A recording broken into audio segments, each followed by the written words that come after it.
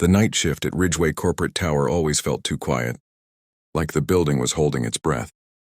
37-year-old Liam Carter pushed his mop bucket across the marble floor, the sound echoing in the vast lobby. His work uniform was faded, his sneakers worn out, but his back was straight, movement steady. He worked like a man carrying the weight of more than bills. In the break room on the second floor, his daughter Emily slept curled on a chair, her tiny backpack as a pillow, 8 years old, hair in a messy ponytail, cheeks smudged with school paint. She'd begged to go with him tonight because she hated sleeping alone in their small apartment. He could never say no to her. Liam glanced toward the break room window every few minutes, making sure she was safe. She was all he had left after his wife's passing. Everything he did, every sigh, every bruise, every extra shift was for her. Around 11:47 p.m., the elevator dinged in the empty lobby. Liam paused, frowning. No employees should be here. No one ever came at this hour. 3 men stepped out. They weren't dressed like workers.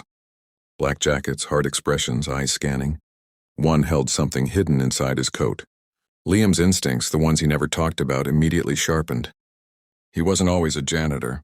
He wasn't supposed to still remember the things he'd been trained to do. But he did.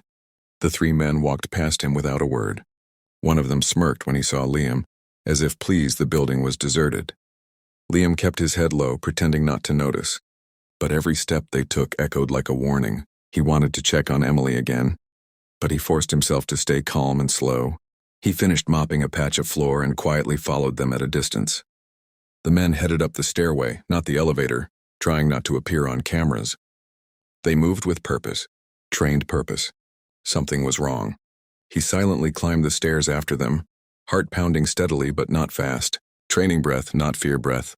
On the 3rd floor, he heard a sound. A soft, muffled cry. A woman. Then a rough voice. "Stop struggling." Liam's pulse froze. He moved faster, slipping behind a wall. Down the dim corridor, he saw the men cornering a young woman near the glass doors of an office suite. She wore a business suit, badge still clipped to her pocket. Her lip trembled as one of them held her wrists. "Don't make this harder," the tallest man growled. "You saw something you weren't supposed to." The woman shook her head rapidly. I didn't see anything, I swear, please." The 3rd man chuckled, leaning too close to her. Liam stepped out. His voice was calm, but it cut the air. "Let her go." All 3 heads snapped toward him. The woman's eyes widened, hope flickering. The tallest one laughed. "Walk away, janitor." Liam's jaw tightened. Another man stepped forward, cracking his knuckles. "We don't want trouble." "Mind your business." Liam took 1 step closer. "She is my business." The woman whispered, "Please, help." Liam put a finger to his lips. "Don't worry. I'm not going to let them touch you." Something in his posture shifted. The kind of shift only someone who survived hard things could make. He wasn't just a janitor at this moment. He was something else entirely. The 1st man lunged. Liam ducked and swept his leg out, striking behind the knee. The man collapsed with a grunt. The 2nd man charged with a punch. Liam caught his wrist, twisted, and slammed him into the wall. His training returned like muscle memory he thought he'd buried. The 3rd man pulled a knife. Emily's voice echoed in Liam's mind. "Daddy, come back soon." Nothing could happen to him. Not tonight. The knife swung fast. Liam dodged, gripping the attacker's arm and slamming his elbow down on it. The blade clattered to the floor. One more move and Liam pinned the man with his knee. But the first attacker recovered and rushed him from behind. Liam twisted just as the man tackled. They hit the floor hard, crashing into a rolling desk chair. The woman gasped and backed away, hands over her mouth. Liam took a punch, hard, but he retaliated with a strike to the ribs, another to the side of the jaw. The man's head hit the cubicle wall and he slumped unconscious. The 2nd man scrambled back up. Liam stood and stared at all 3, breathing hard, fists ready. "Which one of you is next?" The remaining attackers exchanged a look. Fear finally dawned. They ran. Liam didn't chase them. He walked to the shaking woman. "It's okay. You're safe." She nodded rapidly, tears forming. They said, "I saw something on the servers. I didn't even know what it was." "Where do you work?"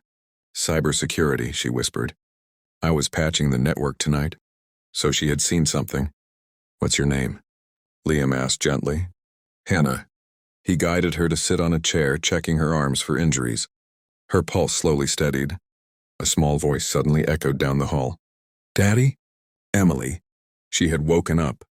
Her feet pattered toward them. Eyes widened when she saw the bruised men groaning on the floor. "Daddy, please help her," she said, voice trembling as she looked at the crying woman. "I already did, sweetheart," Liam murmured, pulling Emily close. "She's okay now." Emily hugged Hannah gently, as if trying to share her little girl bravery.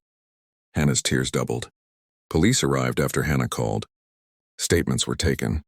Hannah explained that she accessed an encrypted file that revealed illegal arms money being routed through foreign accounts, linked to powerful officials. Those men had tried to silence her before she could report it. The officers escorted Hannah safely home. The men were taken into custody. Liam declined to press charges because he wanted no attention. He just wanted to go home with Emily. But the story didn't end there. The next morning, the entire building buzzed with rumors. 3 armed men taken down by a janitor. No one believed it until they saw the security footage. Around noon, Liam arrived home and finally tucked Emily into her bed. She fell asleep instantly. He kissed her forehead and whispered, "Sleep, my brave girl." Liam himself only slept an hour before he was awakened by a loud knock. He opened the door and froze. A man in a crisp white uniform decorated with medals stood tall on the doorstep. His presence radiated authority. 2 naval officers flanked him. "Liam Carter?" the man asked. His voice was deep, steady. "Yes, I'm Admiral Jonathan Pierce, United States Navy." Liam's stomach tightened. "What do you want with me?" The Admiral studied him, gaze sharp, searching. "You took down 3 trained men last night." Liam swallowed. "I protected someone. That's all." "That's not all, son." The Admiral stepped forward. "I saw the footage. Those moves weren't just instinct. They were taught." Liam said nothing. Silence was safer. The Admiral continued, softer now. "You disappeared 12 years ago. We thought you were dead." Emily's sleepy footsteps appeared behind him. She peeked from behind his leg. "Daddy, who is he?" The Admiral stared at her in disbelief. "You have a daughter." Liam sighed. There was no running from this. "Emily, sweetheart, go to your room for a moment." She listened, though reluctantly. The Admiral took a slow breath. "I knew your father. Captain Carter, one of the Navy's best tactical instructors. A man who walked away after his wife died and never reported back." Liam clenched his jaw. "She was killed because of something I did. I wasn't going to let Emily grow up in that world." "You saved a civilian last night," the Admiral said. "You exposed covert operatives linked to an international laundering ring. You prevented a crisis." Liam crossed his arms. "And now what? You want me back?" The Admiral didn't answer immediately. Instead, he pulled out a sealed envelope and held it out. "This isn't a recruitment. This is something your father left behind, only to be given to you when you resurfaced." Liam stared. "My father?" The Admiral nodded. "Before he passed. He believed one day you'd return." Hand slightly shaking, Liam opened the envelope. Inside was a single handwritten letter.